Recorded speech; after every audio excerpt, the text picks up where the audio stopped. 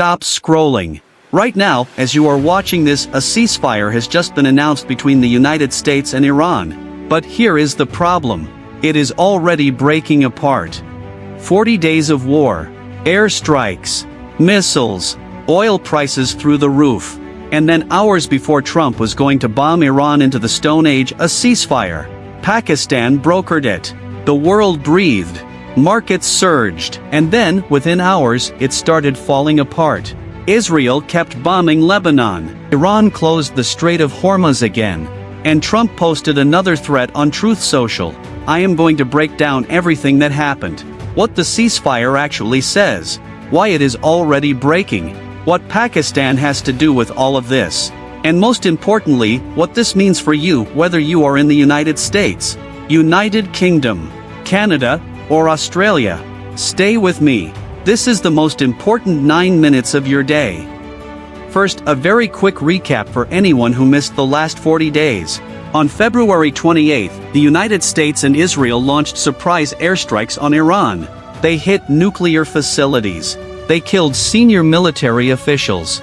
Iran fired back with hundreds of ballistic missiles and drones targeting U.S. bases in Bahrain, Qatar, Saudi Arabia, and Kuwait. The entire Middle East went into crisis mode overnight. Iran then closed the Strait of Hormuz, the tiny 39-kilometer-wide waterway through which 20% of the world's oil passes every single day. Oil prices went through the roof. Gas prices in the U.S. hit a 22-month high. And for 40 days, the world watched as Trump and Iran traded threats, missiles, and deadlines. And then, on April 7, hours before Trump said a whole civilization would die, Pakistan stepped in. And somehow a ceasefire was reached. Or so everyone thought. We are pleased to announce that a historic agreement has been reached today. This framework ensures peace and stability for the region. So what exactly did they agree? The ceasefire has three main parts. Part 1, the United States agrees to suspend all military strikes on Iran for 2 weeks. Not permanently. 2 weeks. Part 2, Iran agrees to allow ships to pass through the Strait of Hormuz. Part 3, both sides will send negotiators to Islamabad, Pakistan, to work on a more permanent agreement. That is it. That is the whole deal. Now Iran also submitted what they called a 10-point plan. Trump called it a workable basis for negotiation. But here is what Iran says is in that plan. Iran wants all U.S. military forces to withdraw from every single base in the region. They want all sanctions lifted. They want their frozen assets released. And they want the United States to stop supporting Israel's attacks on Lebanon.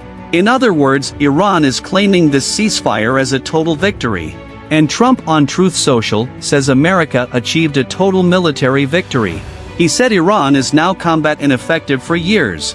He said all U.S. military objectives were met. He said the Strait of Hormuz will be fully reopened. He said this is a big day for world peace. So both sides are claiming total victory. Both sides say they won. And that right there is the first sign that something is very wrong with this deal. Here is what happened within the first 24 hours of this ceasefire. Israel, which agreed to the ceasefire, launched its biggest wave of airstrikes on Lebanon since the war began. They hit Beirut. They hit cities across the country. Lebanon's civil defense reported at least 254 people killed in a single day. And Israel said Lebanon is not covered by the ceasefire. This is a separate war. Iran's response? They closed the Strait of Hormuz again. Just hours after the ceasefire was announced, just hours after the first ships had started moving, Iran shut it down again. They said Israel violated the agreement. The oil tankers that had started moving stopped. The world held its breath again.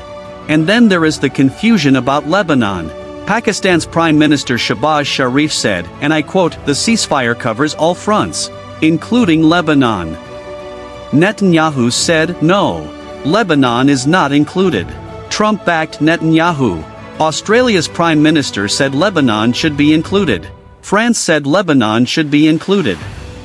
And Iran said, if Israel does not stop attacking Lebanon, they will walk away from the entire ceasefire. And there is something even more concerning. The Strait of Hormuz, even when it was technically open, was not really open. Iran said ships can pass, but only if they coordinate with Iran's armed forces first, and only if they pay a toll. Over $1 million per ship. Per crossing. The White House said the Strait must be open without limitation, including tolls. Iran said no. And right now, as of this morning, the average number of ships crossing is almost zero. Before the war it was 120 to 150 ships per day. Today, nearly zero. Now let us talk about what most people actually care about. Their wallets. Because this war, and now this fragile ceasefire, has had a direct impact on the price of everything you buy. The day the ceasefire was announced, US stock markets surged. Investors breathed. Oil prices dropped. It looked like relief was coming. And then, when Iran closed Hormuz again, markets got nervous again. This is what a fragile ceasefire looks like for your economy. If this ceasefire holds, and the Strait of Hormuz fully reopens, oil prices will fall. Gas prices will fall.